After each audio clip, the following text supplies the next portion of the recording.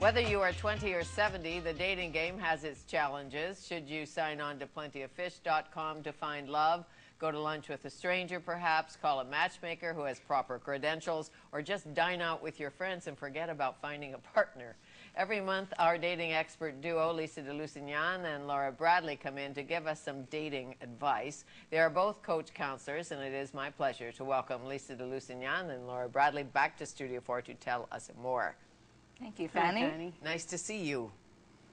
I read somewhere, don't look for a good man, look for a man that is good for you. That is good advice. Was that it? Is good advice, yes. So many options today. Online dating, dating services. Let's start with online dating. The options are many. What are the rules? Are there rules? Well, I think that if you're going to choose that, you make sure that you know what you're up against. I think that is a big thing, because you don't know, you are meeting someone on a screen, no different than seeing someone on TV. So it's a risk. For sure it's a risk, and I know that sometimes it works out, but you have to know that you're not exactly getting what is presenting. You might be, but you might not be. Exactly, and I know the sites say, I was on last night for research reasons. Of course. Lavalife, plentyoffish.com, eHarmony, and they're different and they're the same in that they suggest you tell the truth, that if you send in a picture, it's really you. Yes. Yeah, I think that there's more risk, because in some ways when you meet somebody, you have all your senses available to you, right? You have your intuition, you're seeing them, you're getting a feel for who they are. When you're just looking at a picture, and who knows how many people help them write that profile, right? So you might be meeting them and half of their friends at the same time with what you're seeing online. But, you know, for some people, it's a good first step. You're kind of putting your foot out, and you're going, okay, there's still men or there's still women that are interesting to me out there, but you still have to have the first date. It doesn't negate that part, and I think often people forget that. You still got to get out there and meet the person. I guess you have to do that.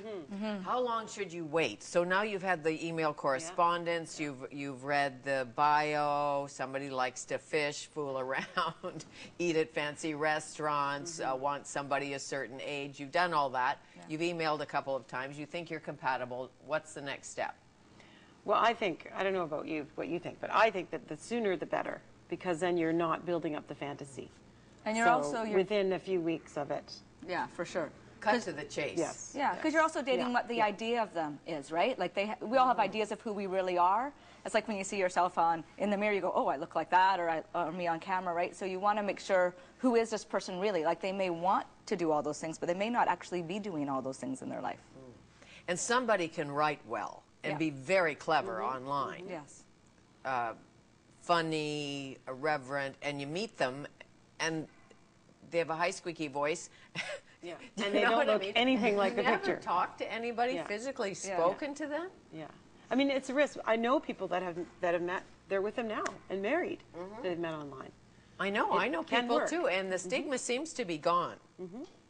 Yeah, and I think that, I think it's very scary for people these days that there's like you said, there's so many options, and how do you choose, let alone the scary part of meeting somebody. And I think what's most important is that it doesn't matter which thing you pick. There's lots of things. You can pick anything, but you have to figure out what the problem is in the first place. How come, if you say you want to be in a relationship, how come you're not? What is it that's getting in your way? Is it because you've been so hurt in the past that you don't really want to put your foot out there, so you kind of tentatively meet people? Because really, to be in a relationship, you have to take risks. That's part of the deal. And if you go online, you have committed yourself to looking. Yes. And for some people, that's a great first step, right? That at least you're going, okay, I'm willing to kind of enter the arena again, but it's not completely entering the arena online. You're still pretty safe. We know the rules. If you do meet somebody, go to a well-lit coffee shop. Don't meet them in the dark of night in a forest. And that's dating rules. I mean, we don't do that anyway, whether you're dating online or not. You generally don't. If you meet someone new, you're going to meet someone in public.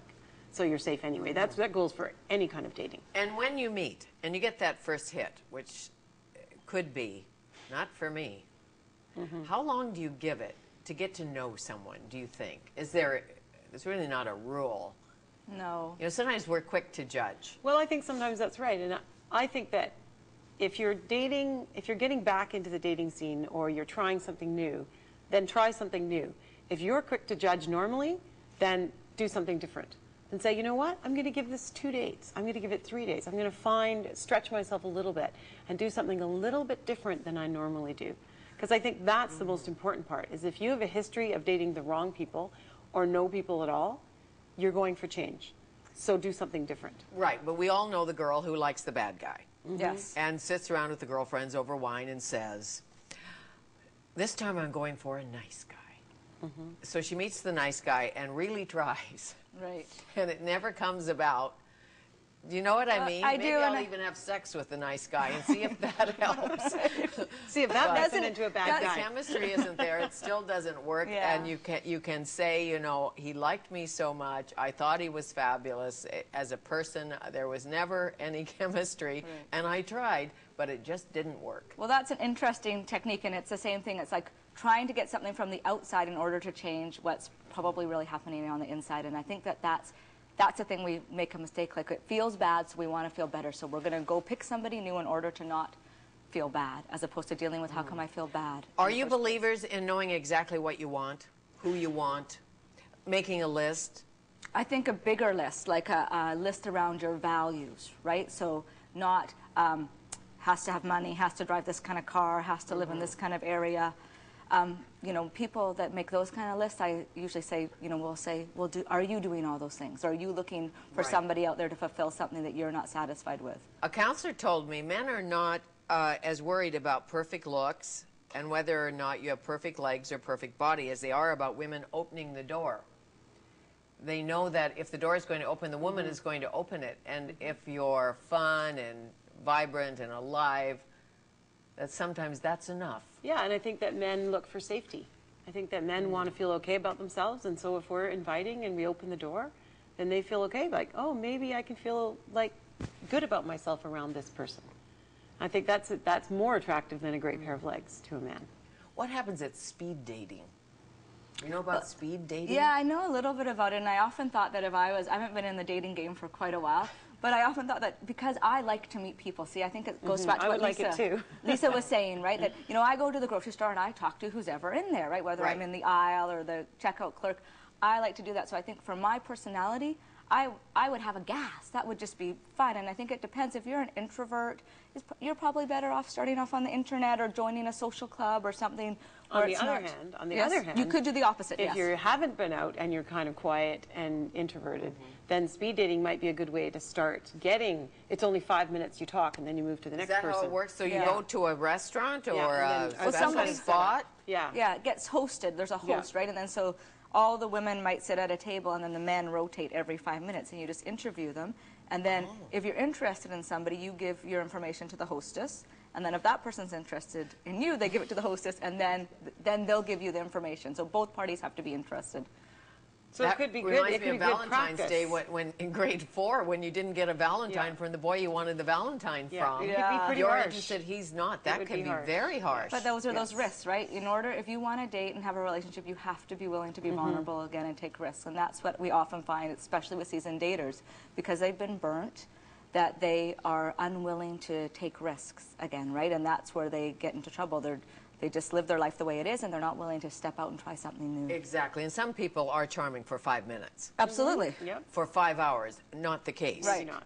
So Yeah. it opens the door. You can then get together, have a proper date, only lunch, just coffee. Yeah, I Yeah, think it's just a start good slow. start. It's a good intro. I think if someone, I think it's a good risk-taking thing, and it's something to try just for something different. And if you're How- stuck doing the same thing, try something different. When you're dating, how honest should you be? What if you're dating 3 or 4 men or 3 or 4 women? Should you tell all to the person if you're not committed? Do you think you should tell all?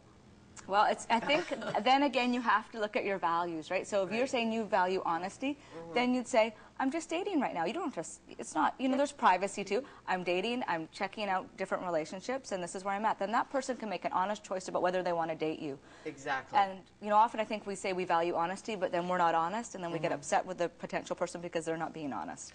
I have a friend who had a friend with benefits. The guy you're not madly in love with, but you're having sex Yes, with. yes. And she fell madly in love. And she said to her friend with benefits, I've got great news for you. I fell madly in love. He's like, what? So I'm done? Pretty much. Pretty much. Yeah. Yeah. But if you do have a friend with benefits, and is that what they're calling it now? That's what they call it. Yes. Friends with benefits. So it's somebody who the sex is great, but you don't want to be your don't life have an partner. intimacy with It's them. not an intimate relationship. Yeah. It's fun. It's a tricky Very risky. relationship. Very I think risky. it's because I think whenever sex is involved, it gets complicated. As much as we say it doesn't, it's gonna get complicated at some level. I think those very rarely work out, or at best are short term. So 3 months you can probably maintain that without it getting too crazy. But Well, much not longer to be than that. sexist, but especially females. It could be harder for females. And I also think that how can you start falling in love with someone else when you've got one foot over here and one, like you're I'd like to know how that doing other two relationship things. worked out. How can you let yourself fall in love when you're completely sleeping with somebody Right. else? So I it's don't know like how you can end do that. one before you can Yes. begin Yes. another. But sometimes Yes. it's just it's safer because you don't have to commit to another because you're pretty much everything you need in life is taken care of. Right. Yeah. Well, then clearly Here you're or probably there. you're probably not ready for a relationship. Clearly, right? Or And you don't staying really safe, want one. Nothing different happens. Right. Dating services, an option. Yeah, I think that in some ways can work. that can be a little bit more safer because they do a lot more work around, getting to know who. I think they matchmake, right? They get to know who you are and they get to know who the other person is. It's kind of like in some ways hiring your friend to set you up with somebody you know. Sometimes that works, sometimes it doesn't. It's like having a good agent. Yes. Because you can say to the person at the dating service, I don't want anybody who doesn't make $2 million a year. Right. Or you can say, I don't care how much money they make, I just want them to be a great golfer. Right. And you can be so honest. And Yes. she doesn't have to tell them that. True. Right. Right. Well, they're Online, probably saying you the have same to tell thing. each other. They're likely to be saying the same thing about you. Exactly. Like So they've got then their list too. I assume whoever's running the service just does the math. Yes. So many checks. And then I think the tricky part is we all know that that's not really how a relationship works, right? Like sometimes we end up falling in love with a person without those checks. I know. Because I don't know if those checks are really what make us connect and really help have an authentic relationship, right? Doesn't really matter. Ultimately, people with lots of money still have as many problems as people without a lot of money, right? Yes. So you still have to do the work about what are my beliefs, what are my values, what am I bringing from my past that I need to clean up. Like that has to happen regardless, or else you're going to end up in the same scenario. Matchmaker, matchmaker, make me a match. Yes. But as you say, you think you want it until you get it sometimes. And so you want a wealthy man. As a female, you want a wealthy man.